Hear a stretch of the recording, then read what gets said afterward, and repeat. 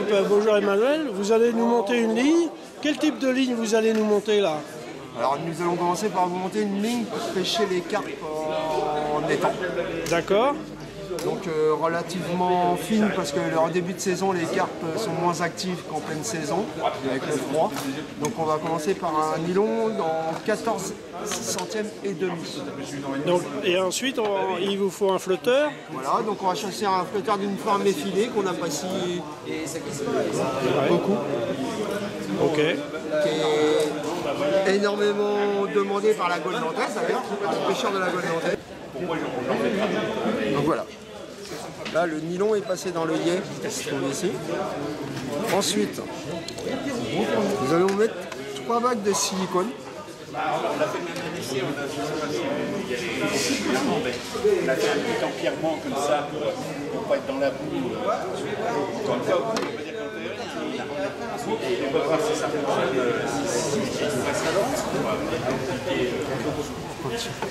Pourquoi 3 bagues? Alors, je vais vous expliquer ça.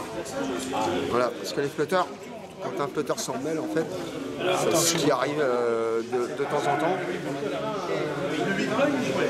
Ça peut casser cette partie du flotteur, ce qu'on appelle la quille, Oui. qui est en film. Si on avait qu'une bague en haut ici et une bague en bas, le flotteur risque de se tordre ou casser la quille. Alors que là, on va vous montrer ça.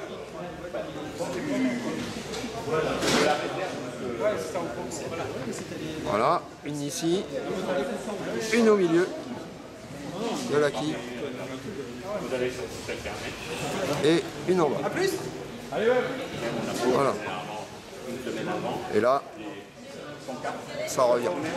Alors que si vous voyez déjà même ici, à la limite, vous avez un petit angle qui se fait par rapport au nylon.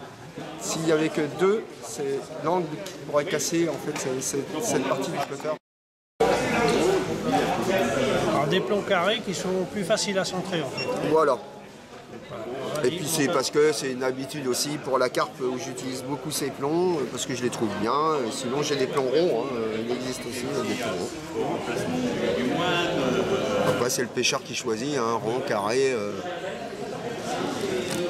Ok. C'est la particularité de la pêche, c'est que le pêcheur doit s'adapter au matériel et c'est pas le matériel qui doit s'adapter au pêcheur. Vous voyez, voilà. Voilà. Tu le sers à la pince.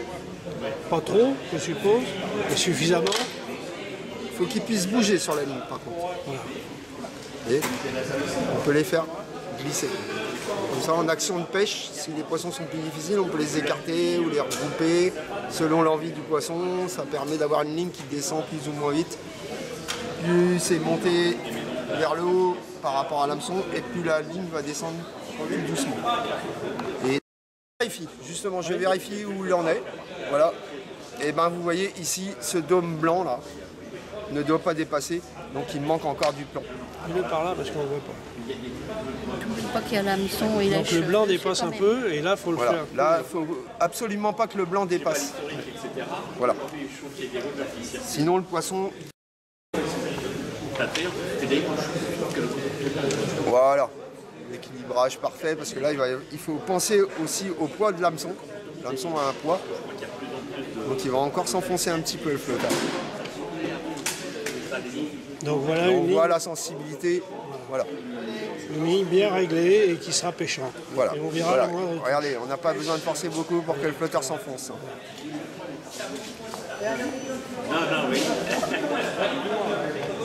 Super. Voilà. Et puis vous Les hameçons avez montés, tout hein. monté, oui, bien sûr. Hein, pour les débutants, mais là, c'est pas facile à filmer.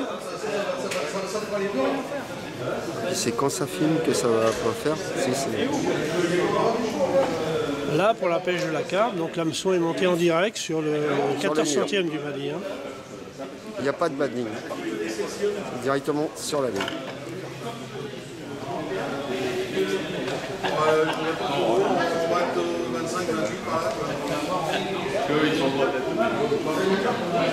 Alors bien penser à mettre le fil devant la palette. Devant la palette. Hein, ça c'est très important sur Très important parce que quand vous allez ferrer, l'hameçon il tourne pas ou même la palette risque, si le fil est à côté de la palette, sur le côté, le fil risque de casser. la palette c'est très très fin et ça abîme le nylon si jamais le nylon n'est pas devant la palette. Donc si vous montez les hameçons, ne pas oublier de mettre le fil bien devant la palette. Hein. Voilà. La chose à pas faire, couper avec les dents, mais bon, il a l'habitude.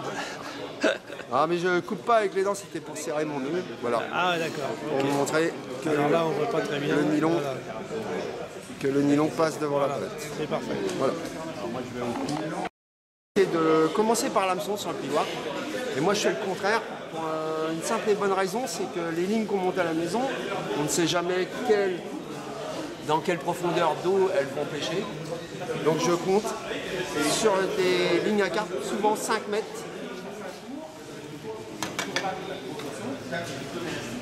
Donc on va faire un petit boucle pour accrocher la ligne sur le plioir. Et en fait tu la règles au bord de l'eau, la longueur. Ça me permet de gagner énormément de temps de préparation, c'est que j'ai tout le temps la bonne longueur de ligne quand j'arrive. C'est-à-dire que je monte mes kits, ce qu'on appelle des kits ou la canne. Je regarde mon voisin quand il sonde. Je vois à peu près le nombre de centimètres ou de mètres d'eau qu'il y a en profondeur. Et je m'adapte par rapport à ça en laissant très peu de bannières. À la carpe, on utilise souvent très peu de bannières pour être très précis et pour avoir un temps de réactivité. Ok, bon je pense qu'on a fait le tour du montage d'une ligne en très peu de temps. Merci à Philippe et puis à son débutant, le débutant Emmanuel, on peut dire comme ça, qui écoute le maître et qui va monter des lignes dans le cadre donc, de cette porte ouverte aux jardineries de la Robinière.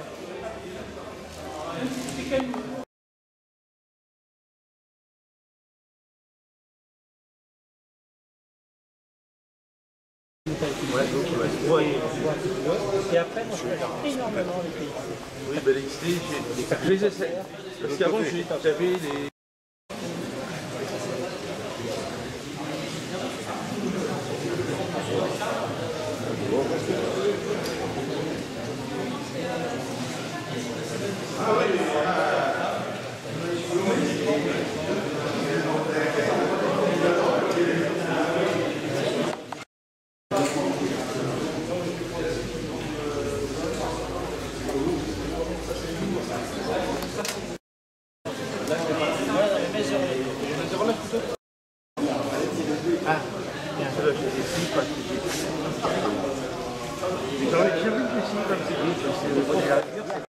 Référence au piment dedans, là, après ça, bon, après ça, je vais, ça, cela, c'est deux tailles à l'intérieur.